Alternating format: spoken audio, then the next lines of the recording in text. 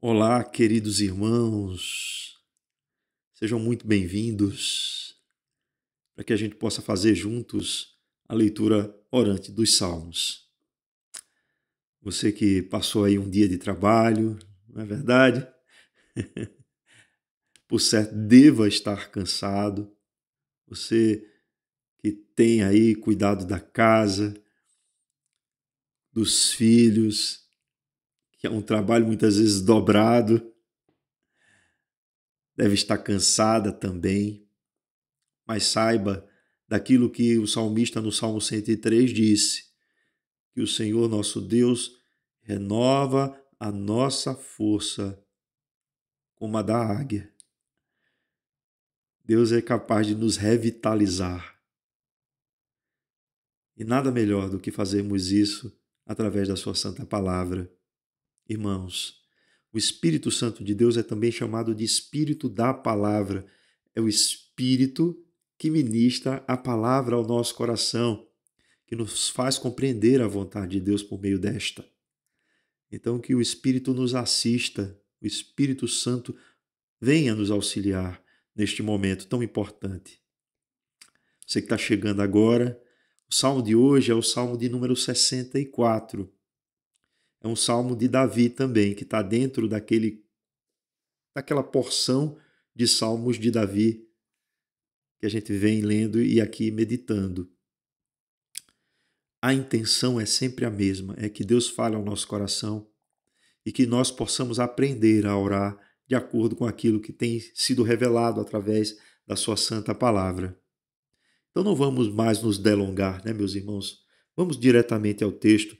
É um salmo de 10 versos, mas eu vou pedir a gentileza para que a gente faça duas leituras deste salmo. A gente vai fazer uma leitura, fazer aquele silêncio, que é uma disciplina importante também, para que a gente possa perceber o ruído que está dentro da gente e para que a gente possa dar ouvidos no recôndito do nosso coração a essa palavra, que é uma palavra de Deus e que tem poder transformador sobre a nossa vida. Vamos fazer isso juntos? Vamos fazer isso agora? Salmo 64. Por gentileza, tome sua Bíblia ou um aplicativo da Bíblia que esteja em um dispositivo móvel e vamos fazer essa leitura juntos. Ao mestre de canto, Salmo de Davi. Ouve, ó Deus, a minha voz nas minhas perplexidades. Preserva a minha vida do terror do inimigo. Esconde-me da conspiração dos malfeitores e do tumulto dos que praticam a iniquidade, os quais afiam a língua como espada e apontam com as flechas palavras amargas para as ocultas atingirem o íntegro. Contra ele disparam repentinamente e não temem, teimam no mau propósito, falam em secretamente armar ciladas, dizem: quem nos verá? Projetam iniquidade, inquirem tudo o que se pode escogitar. É um abismo o pensamento e o coração de cada um deles. Mas Deus desfere contra eles uma seta, de súbito se acharão feridos, dessarte serão levados a tropeçar. A própria língua se voltará contra eles. Todos os que os veem meneiam a cabeça. E todos os homens temerão e anunciarão as obras de Deus e entenderão o que ele faz. O justo se alegrará no Senhor e nele confia. Os de reto coração, todos se gloriam.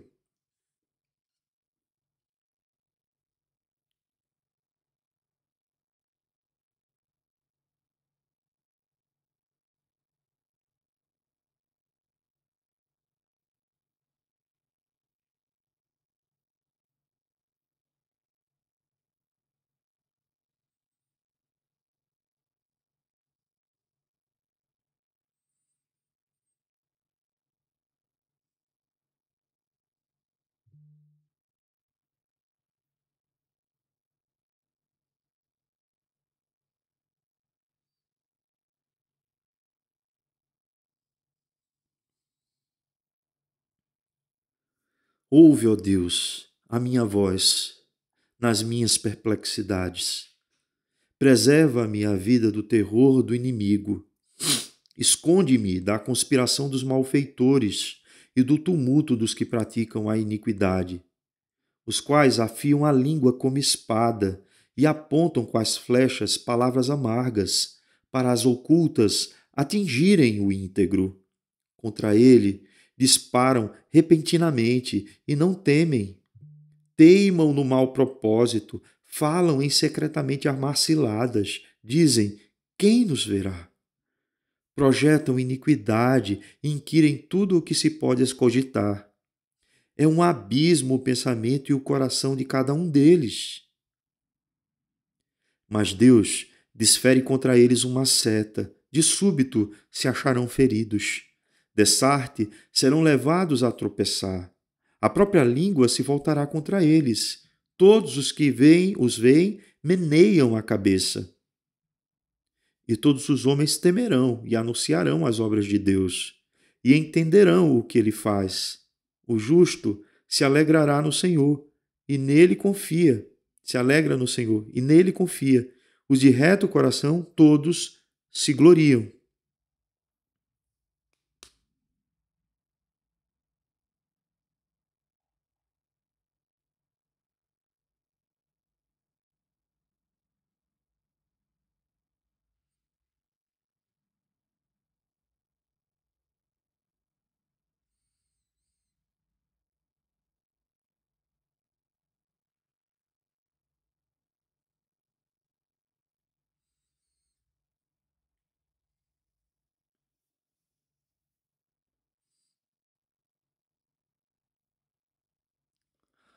Amados irmãos, percebe-se aqui neste salmo, um sentimento muito profundo de Davi. Mas não se tem aqui, como em outros salmos anteriores, uma descrição de qual foi o momento histórico em que esse salmo, ou momento cultural da história de Israel, em que esse salmo ele foi escrito ou que faz referência a esse momento. O que a gente sabe é que pode ser relacionado à perseguição que foi sofrida por Saul, através de Saul, ou até mesmo a perseguição de Absalão. Não se sabe muito bem qual o momento que fez com que o salmista Davi fizesse essa composição desse poema. O que a gente tem é que é da autoria dele, do rei Davi, e que é um poema musicado, que tinha um sentido dentro da liturgia do culto. O gênero desse poema aqui é um gênero de lamentação individual. Se percebe isso, não é? Esse salmo aqui, ele tem uma estrutura que, nesses dois primeiros versos, ele se dirige a Deus tratando como está o seu coração e por que o seu coração está desta maneira. Ou seja, ele diz que isso se deve a alguns inimigos que estavam ali conspirando contra o rei. No verso 3 aí até o verso 6, ele detalha, sobre quem são essas pessoas, como elas se comportam, como elas agem, qual é o tipo de conduta desses que conspiram contra ele. Do verso 7 ao verso 8, a gente tem aí uma resposta de Deus contra estes que operam a maldade. E, por fim, a gente traz aqui no Salmo uma reação que é a reação de todos os justos quando percebem a justiça de Deus sendo aplicada. Eles se gloriam no Senhor. Antes de a gente fazer aqui qualquer tipo de análise dos versículos desse salmo, eu gostaria que você pensasse comigo sobre as mais potentes armas de guerra que já foram criadas pelo ser humano. É óbvio que, em alguns contextos, aquilo que foi usado na guerra foi determinante para que a guerra fosse vencida por uma das partes. Por exemplo, o uso da dinamite, né, dos explosivos. Isso fez com que aquele que começou a utilizar esse tipo de arma pudesse ter mais sucesso no seu empreendimento de guerra do que o seu adversário, do que o seu inimigo. Sendo que ao longo da história isso foi se aperfeiçoando, essas armas passaram a serem armas de fogo, né, com a descoberta da pólvora e como essa pólvora foi usada, né, para que pudesse ser acionar projéteis. Ao longo da história foram sendo criados outros tipos de armamento mais potentes, como bombas, com explosivos mais potentes, né, que tinham um poder de destruição maior. A gente chega a lembrar de que naquele momento da Guerra Fria, no período da Cortina de Ferro, né, havia uma condição de produção de armamento nuclear, famosa bomba atômica, né? E que esse armamento ele era suficiente para destruir o mundo várias vezes. Uma das bombas que foram criadas para que esse poder de destruição fosse demonstrado, né, foi a chamada bomba H, né, bomba de hidrogênio. Ela era tão poderosa, e isso daí acabou se tornando, dentre as potências que são chamadas de nucleares, de instrumentos de dissuasão, ou seja, quem possui bomba atômica acaba sendo um pouco mais respeitado no cenário internacional, das políticas internacionais, porque se sabe que o uso desse tipo de armamento é um uso que pode provocar um derramamento de sangue muito grande, uma destruição em massa. Sendo que a gente não observa que todas essas coisas, todas essas armas que foram utilizadas, elas foram utilizadas, ou que podem ser utilizadas, né? Algumas delas não foram utilizadas como numa guerra, por exemplo, mas essas armas elas foram produzidas para demonstrar poder, não é? Para demonstrar quem é que manda, quem é mais forte. Sendo que existem alguns tipos de arma de destruição que a gente não avalia dentro desse panorama que eu trouxe aqui. Porque elas são muito utilizadas por nós. É um outro tipo de armamento. É um armamento que a gente usa constantemente e que a gente pode, assim, através desse armamento, destruir vidas, destruir pessoas, destruir famílias, destruir a reputação alheia. Esse armamento, ele está aqui, dentro da nossa boca. É a nossa língua. A nossa língua, meu irmão, minha irmã, é uma poderosa arma de destruição. Tiago, irmão de Jesus, na sua carta geral, falou sobre a língua, né? Que ela é pequenininha, é um elemento pequeno dentro do que a gente tem no corpo, não parece ser lá grande coisa, mas ela, disse Tiago, é como o leme de um navio, né? Ela pode definir para qual destino nós estamos conduzindo a nossa vida.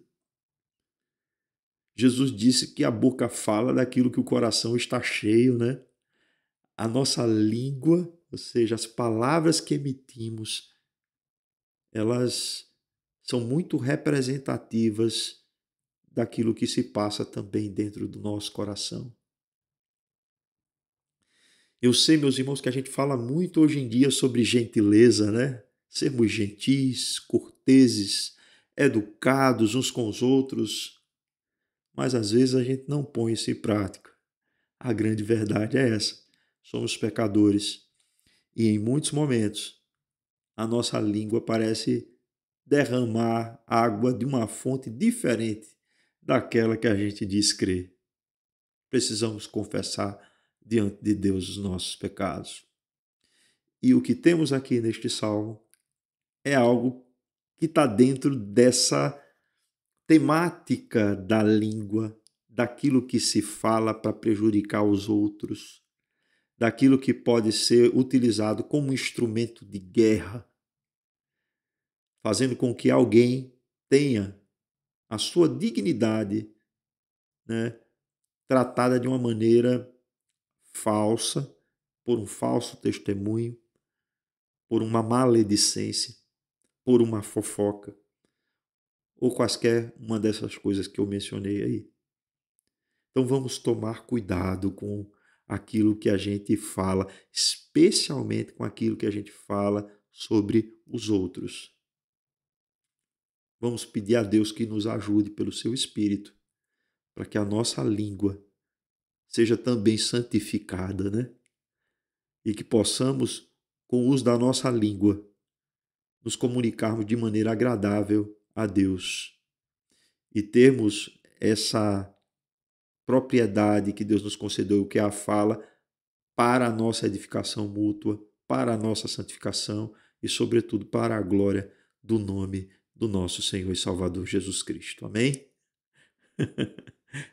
Vamos lá, né, meus irmãos? Vamos para o texto aqui, destacado, do Salmo 64. Os 2 primeiros versos, vamos ver o que o salmista Davi disse aqui. Ouve, ó Deus, a minha voz nas minhas perplexidades, preserva a minha vida do terror do inimigo, esconde-me, da conspiração dos malfeitores e do tumulto dos que praticam a iniquidade. Percebe-se aqui, nos 2 primeiros versos, que se trata de um lamento individual, como eu já falei, né? E Davi se dirige a Deus porque Davi está com o coração tumultuado, perturbado. Ele diz assim: ouve-me, ó Deus, a minha voz nas minhas perplexidades. Ele está com o coração tumultuado.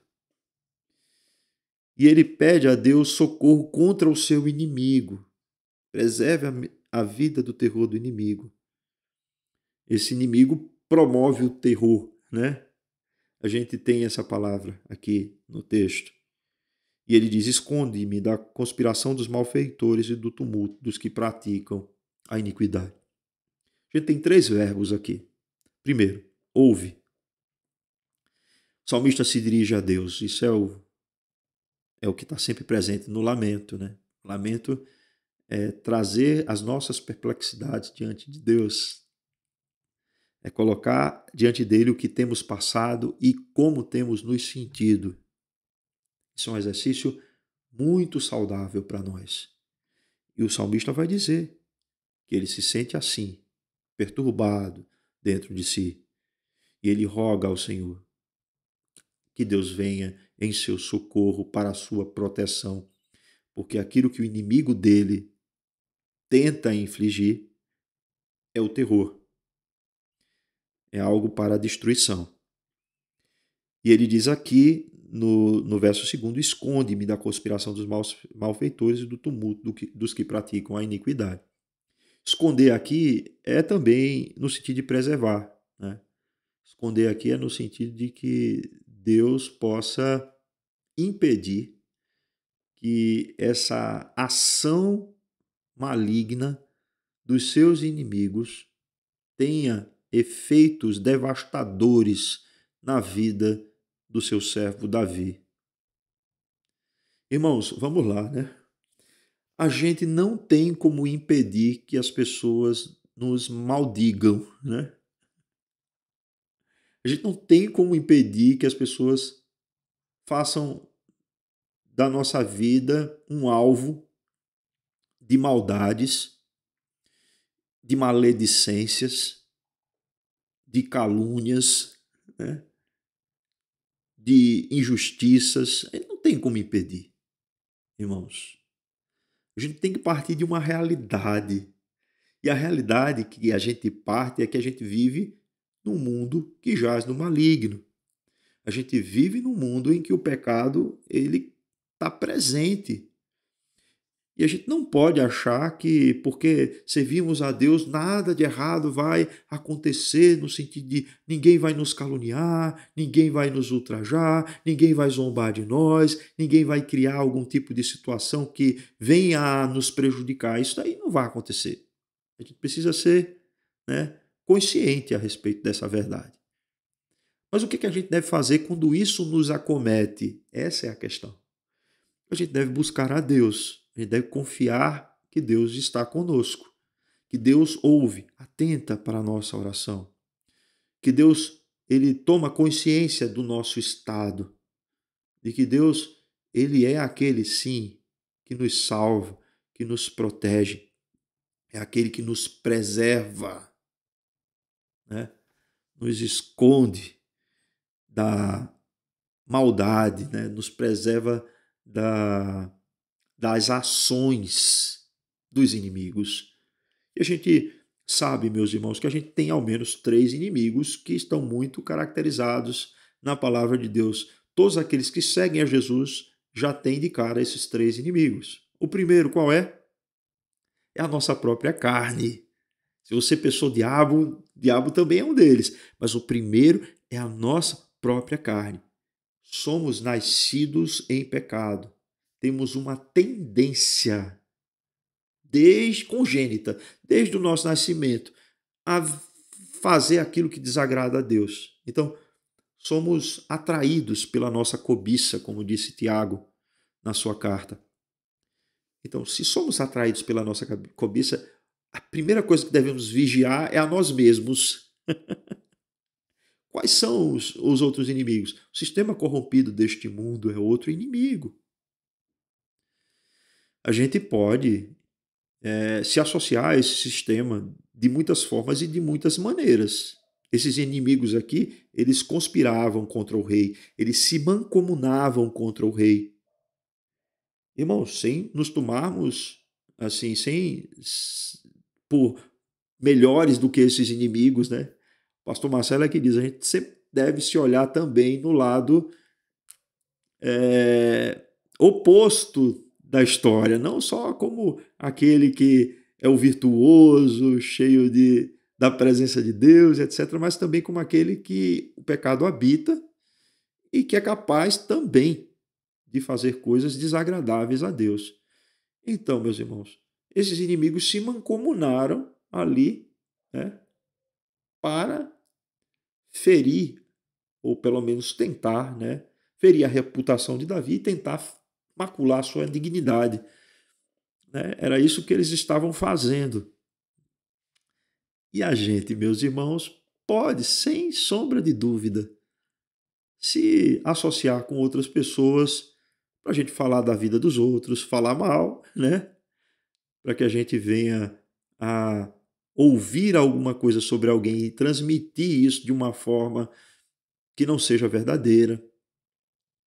A gente precisa tomar muito cuidado, porque assim, se já somos pecadores de nascença, se já temos essa inclinação, se já existe um sistema que é propício para que a gente viva essa realidade do pecado em profundidade, né? A gente precisa vigiar, a gente precisa tomar cuidado, porque senão a gente vai estar agindo exatamente como esses inimigos que Davi pede a Deus que os proteja dele. E aí, assim, a gente tem o outro inimigo das nossas almas, né? Que é o próprio Satanás e seus séquitos e seus anjos caídos, né? Que a gente chama de demônios. Então, eles também são tentadores. Eles também fazem coisas para que, de alguma forma, sejamos seduzidos. Mas o que nos move, de fato, ao pecado é a nossa concupiscência, é o nosso desejo do coração, é a nossa cobiça. Então, a gente vigiando para a gente não cair nessas armadilhas e a gente se colocar do lado dos, né, bandidos, né, da história, não do mocinho. A gente precisa ter essa vigilância, porque somos capazes, sim, de estarmos nesse lugar. Devemos ter essa consciência. Davi fez uma oração a Deus pedindo: Senhor, me livra dessas pessoas. Né? Me livra dessas pessoas. Nós podemos orar dizendo assim: Senhor, me livra de mim mesmo. né? Me livra de quando eu tenho uma inclinação que pode fazer com que alguma pessoa seja prejudicada por alguma palavra que eu venha dizer a respeito dela. Nos livra, Senhor, nos livra. E aí, meus irmãos, observem que do verso 3 ao verso 6, Davi ele detalha, né? Ele traz aqui o colorido de quem são esses seus inimigos. Ele diz assim: os quais afiam a língua como espada e apontam com as flechas palavras amargas para as ocultas atingirem o íntegro. Contra ele disparam repentinamente e não temem. Observem como o salmista usa essa prática da maledicência como uma arma. Ele faz esse tipo de associação. A arma da época não era uma bomba H, não era uma bomba atômica, mas eram flechas. E ele está dizendo que a língua desses inimigos, elas são como uma espada afiada, são como flechas que são amoladas às suas palavras para ferirem aquele que é íntegro. E eles disparam repentinamente. Eles soltam essas palavras assim de maneira repentina, do nada, para tentar ferir a reputação de Davi. Irmãos, a gente precisa tomar muito cuidado, muito cuidado. Porque a nossa língua, ela pode ser muito, mas muito afiada para ferir os outros. E ela pode ser muito benevolente, muito complacente para com os nossos próprios erros. Precisamos tomar cuidado, porque quando menos esperamos, esse velho homem, né, que foi mortalmente ferido, pode de repente se manifestar repentinamente, trazendo palavras acusadoras sobre a vida de pessoas, palavras indevidamente acusadoras, palavras injustas. A gente tem que pedir a Deus graça, pedir a Deus força, para que a gente não se deixe vencer por esse tipo de comportamento do velho Adão, né? Da nossa carne, no sentido de natureza pecaminosa. Que Deus tenha misericórdia de nós, porque Davi estava sendo afligido. Isso acontece, meus irmãos. Pessoas podem ser afligidas pelas nossas palavras. As nossas palavras, elas, da mesma forma que elas podem edificar alguma coisa de boa, de bom, né, na vida de alguém, algo de bom na vida de alguém, elas podem também, meus irmãos, trazer àquela pessoa com a qual dirigimos essas palavras uma sensação ruim, uma sensação ruim. Que Deus nos ajude para que isso não aconteça. Mas que pode acontecer, pode, a gente sabe muito bem disso. E o que a gente faz se isso acontece, né? A receita, meus irmãos, bíblica é muito simples. A gente precisa se arrepender dos nossos pecados.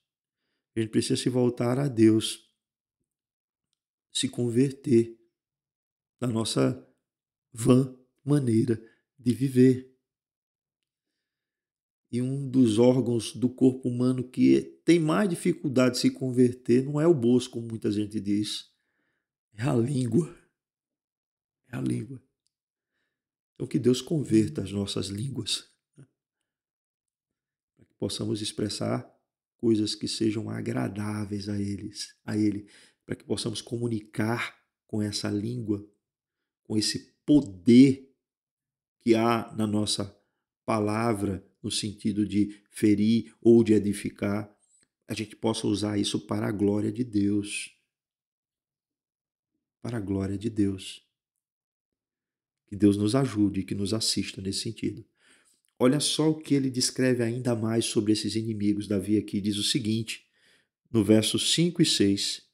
Teimam no mau propósito, falam em secretamente armar ciladas. Dizem, quem nos verá?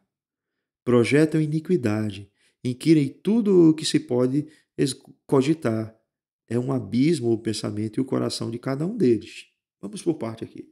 Primeiro, existe uma teima aqui da parte deles. E qual é a teima? É no mau propósito. Eles são obstinados em fazer aquilo que é errado. São pecadores contumazes. Eles querem fazer o que é errado. Se sentem bem fazendo o que é errado. Sentem prazer nisso, satisfação. Eles armam secretamente ciladas e dizem, quem nos verá? Ah, irmãos, quando as pessoas se associam, né, nessas sociedades secretas para falar mal da vida dos outros, quando essas pessoas se juntam para tramar coisas ruins para a vida das outras pessoas. Que tipo de associação é essa? Que tipo de relacionamento é esse? No qual a gente só se vincula a alguém porque a gente tem o que dizer da vida dos outros a esse alguém.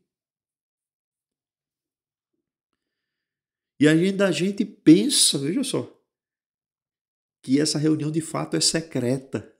Né? Ninguém está sabendo. É só entre a gente. Ó. Quem nos verá? Essa é a palavra mais tola que se pode dizer, porque assim, o nosso Deus está vendo tudo. Não há o que se possa esconder dele. E ele diz assim: projetam iniquidade, inquirem tudo o que se pode escogitar. O que ele está dizendo aqui é que eles lançam como uma flecha a iniquidade deles em direção a outras pessoas. Eles projetam, eles lançam. É como uma flecha que é lançada. Eles projetam no outro a sua iniquidade. Inquire tudo o que se pode imaginar. É um abismo o pensamento e o coração de cada um deles. Vamos por parte. Né? Irmãos, na psicologia a projeção é justamente isso. É você não perceber o mal em si, por exemplo, né? Só para entender no sentido do mal, né? É você não perceber aquele mal em si mesmo e você identificar o mal que é seu na vida do outro. E aí você começa a falar do outro mal, mas essa fala revela muito mais quem você é do que quem é o outro. Esse é um problema, viu, meus irmãos? Todas as vezes que a gente está falando mal de alguém, é muito provável que a gente traga também nessa fala um pouco de nós. E ter essa perspicácia para perceber isso não é para todo mundo. A maioria das pessoas não percebem.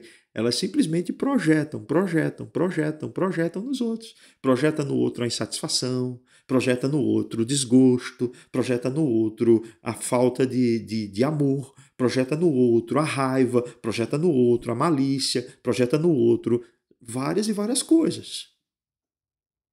Mas não consegue perceber isso nela. Esse é o mal da projeção, né? É que você é muito capaz de ver tudo nos outros, mas esse tudo que você não vê nos outros, na verdade é seu e você não consegue perceber em você. Esse é o problema. E ele diz, inquirem tudo o que se pode escogitar. O que ele está dizendo? Eles pensam coisas que são maliciosas. Eles imaginam essas coisas. Isso é fruto de uma criatividade maligna.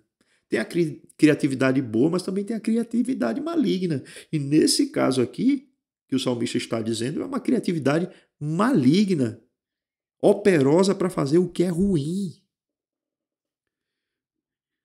É um abismo o pensamento e o coração de cada um deles.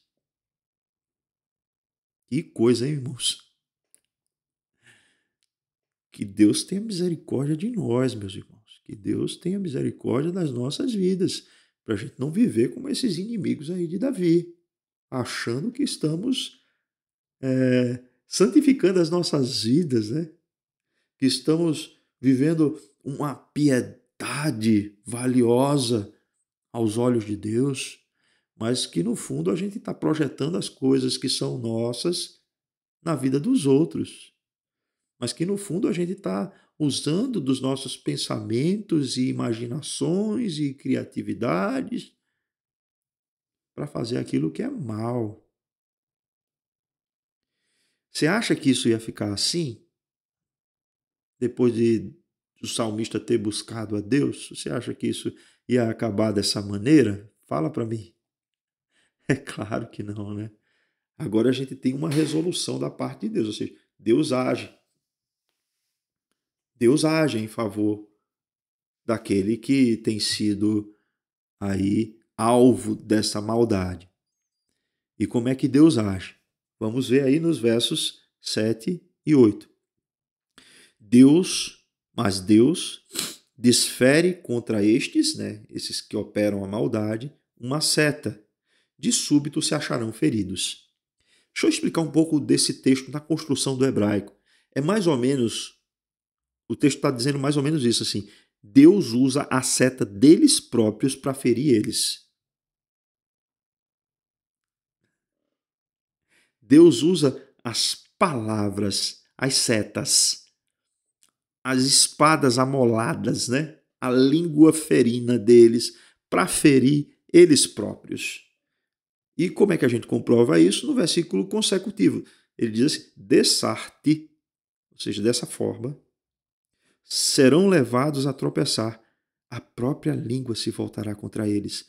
Todos os que o veem meneiam a cabeça. Ou seja, a pessoa começa a usar desse recurso, dessa arma perigosa que é a língua, para ferir outras pessoas quando menos esperarem.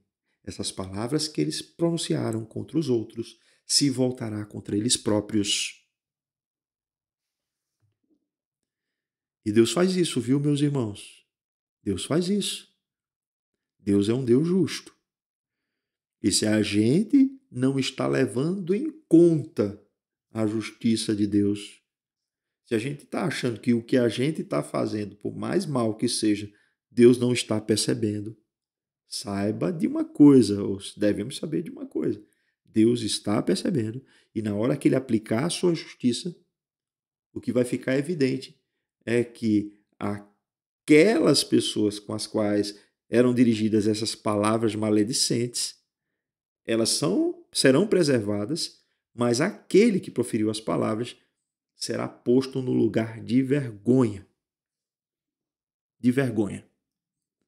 É por isso que diz o texto aí: e todos os que veem a estes meneiam a cabeça, ou seja, fazem um tipo de gesto de reprovação ao se descobrir que esses que praticam a maldade foram revelados, né?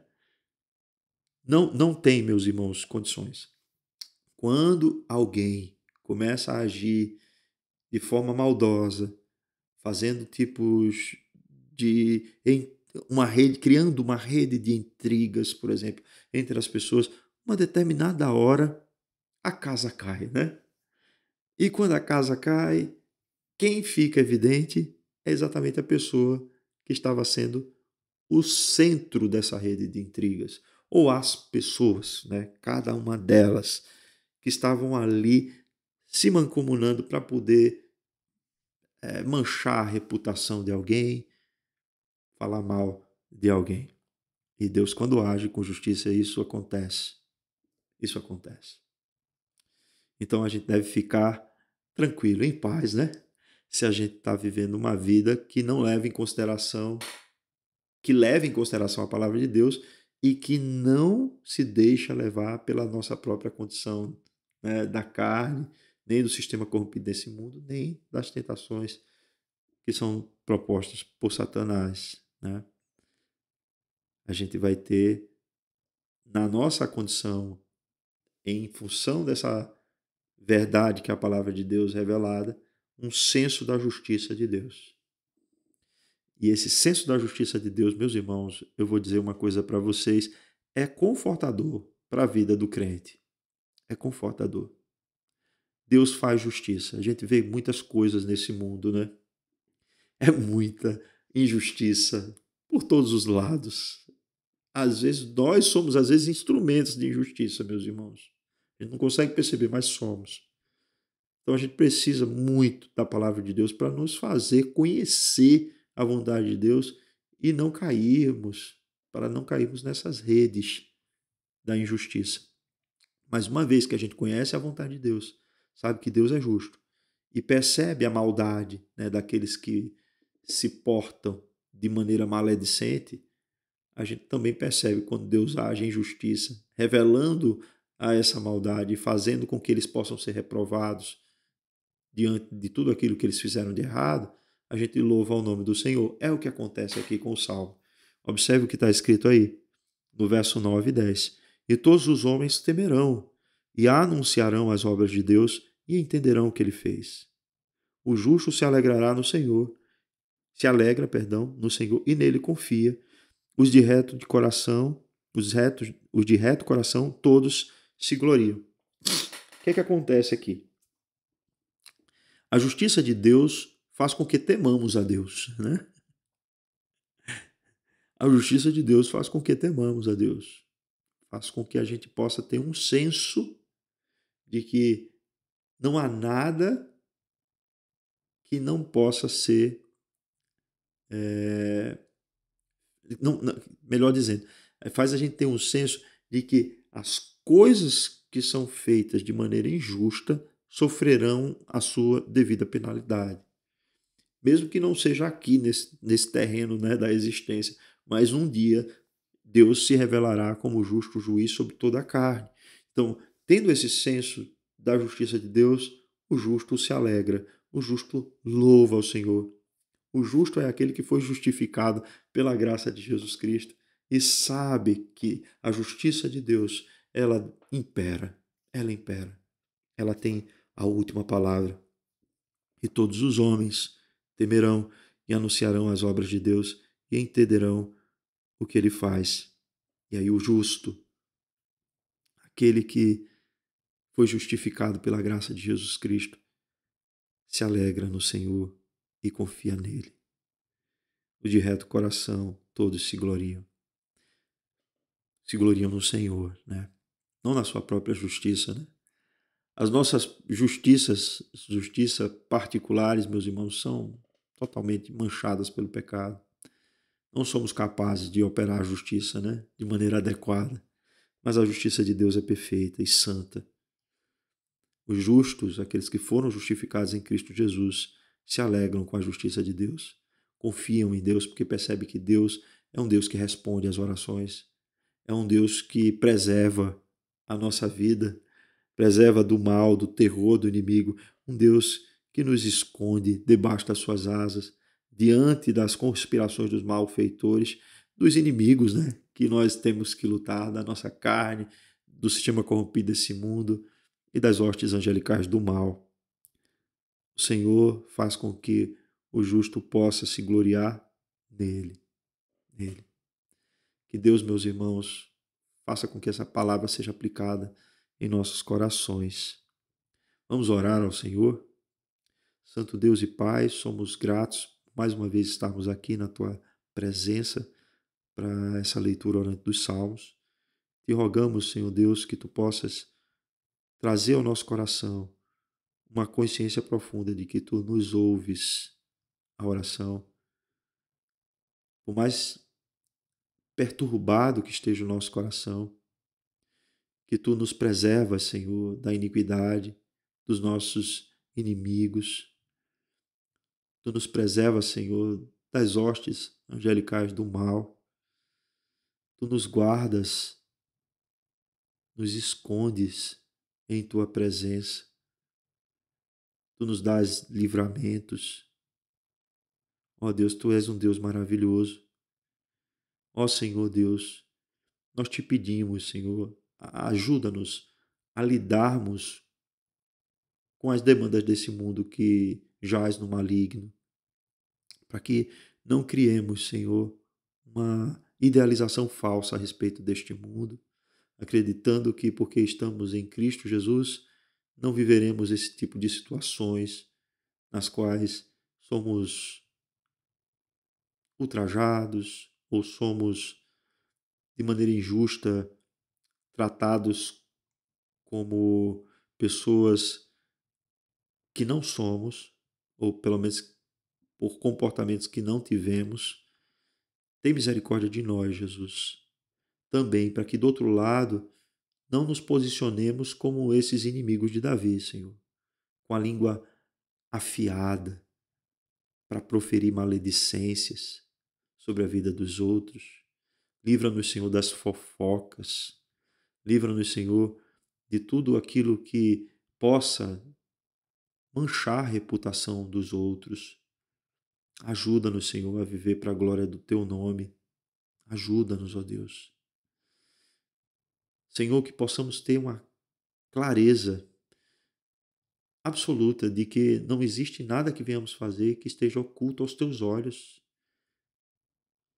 Para que não nos deixemos levar, Senhor, pelas cobiças do nosso coração, pelas nossas inventividades malignas, que são como um abismo, Senhor, levando-nos, Senhor, para baixo, puxando-nos, Senhor, para as coisas desse mundo vil e deixando-nos, fazendo com que nós não percebamos, Senhor, a Tua grandeza e a Tua justiça. Ó Deus, Tu ages, Senhor, de forma justa. Tu és um Deus justo. Aplica a Tua justiça, Senhor.